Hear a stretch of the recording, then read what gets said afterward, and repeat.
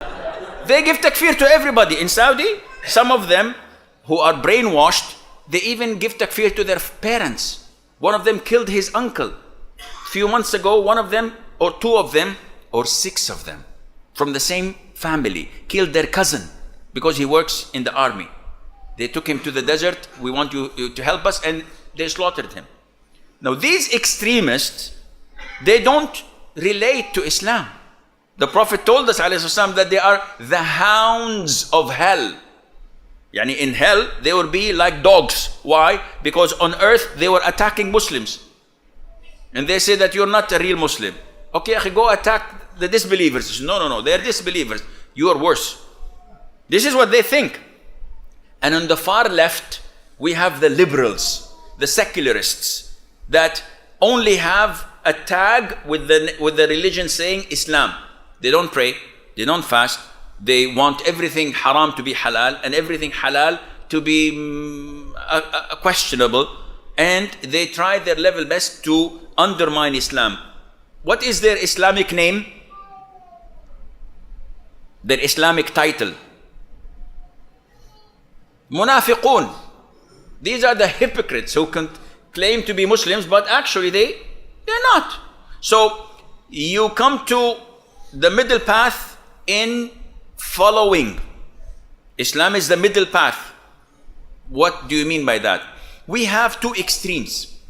We have someone who says, I do not follow any school of thought. All school of thoughts are not good. No Hanafi, no Shafi'i, no Hanbali, no Maliki. Okay, where are you coming from, mashallah? You're a genius. You don't follow anything? He said, yes, Quran and Sunnah. And we have people like this, so Quran and Sunnah, Quran and Sunnah. Akhi, do you know Arabic? He said, no. How do you follow Quran and Sunnah? My Sheikh follows Quran and Sunnah. So you're following him. Follow Abu Hanifa instead. But on the other extreme, you have people saying, if you don't follow Hanafi madhab, you're kafir. If you don't follow Shafi'i madhab, your prayer is invalid. Akhi, we have Quran and Sunnah. He said, no.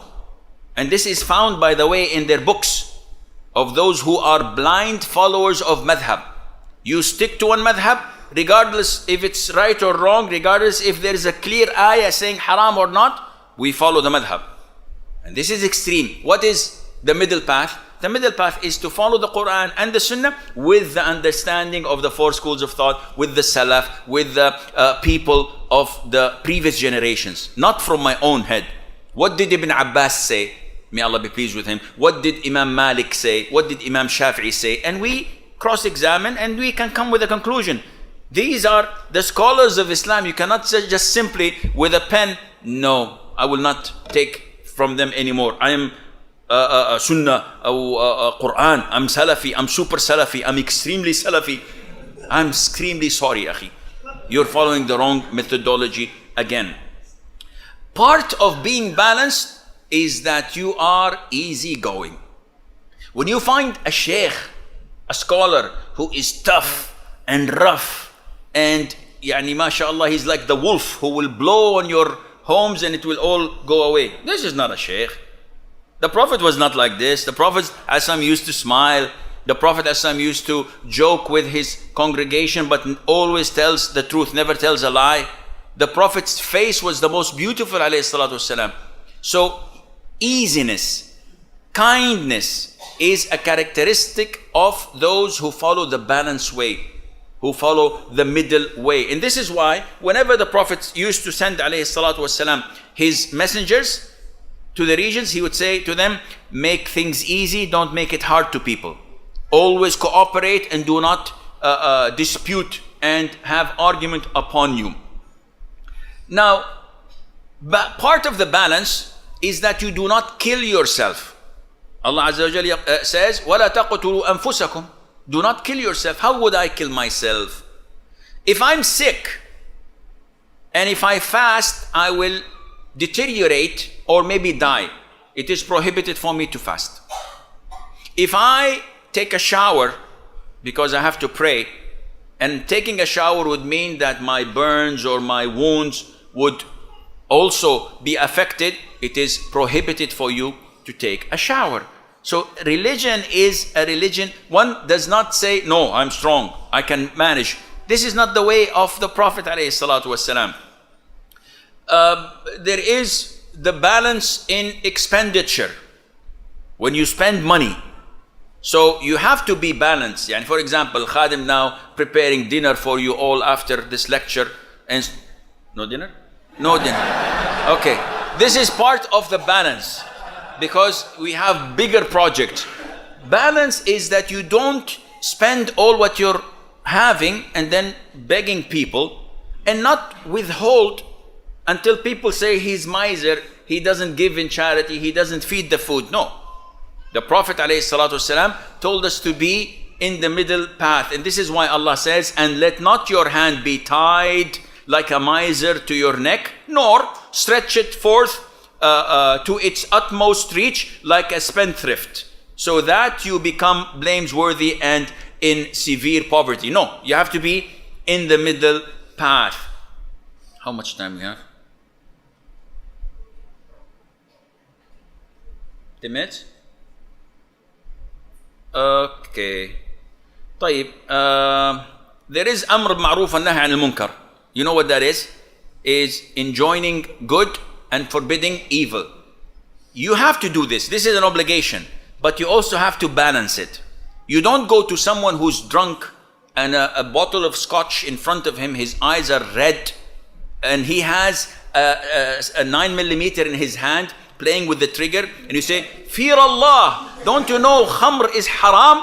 And he does, shoots you. No, this is imbalance. And at the same time, you don't see a lot of sins coming, and you don't even say the word of advice, akhi, this is haram. In the office, mixing, smoking, not praying.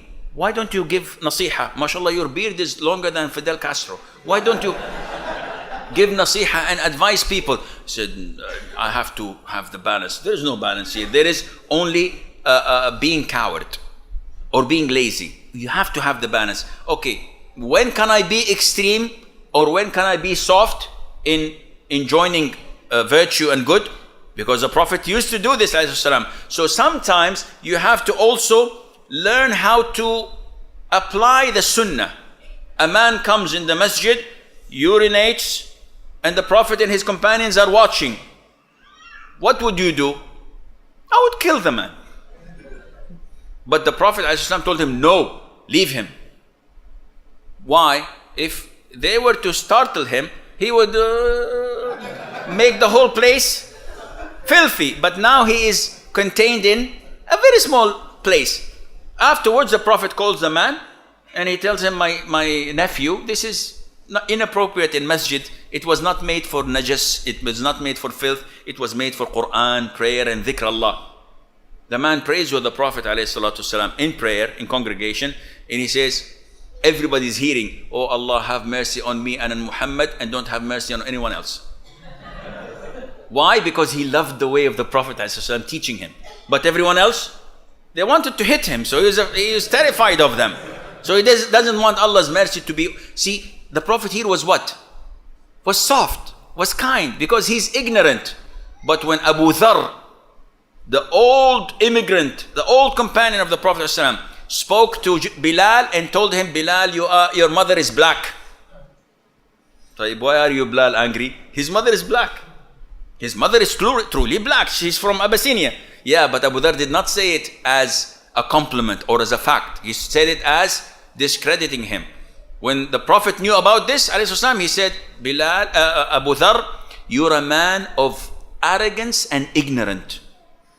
He said, oh Prophet of Allah, after migrating 13, 12 years ago with you and being among the first, I am a man of Jahiliyyah, of pre-Islamic era? He said, yes, because of what you said.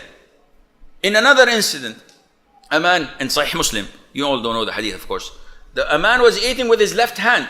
The Prophet saw him, he said, eat with your right. The man said, I cannot. A lot of the people we know are like this, ignorant and arrogant.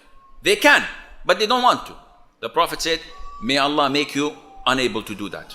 Lastata'at, he said. And the man's hand was paralyzed, he could not lift it to his mouth. Why? Because this is different than an ignorant. He is arrogant. He has defiance in his heart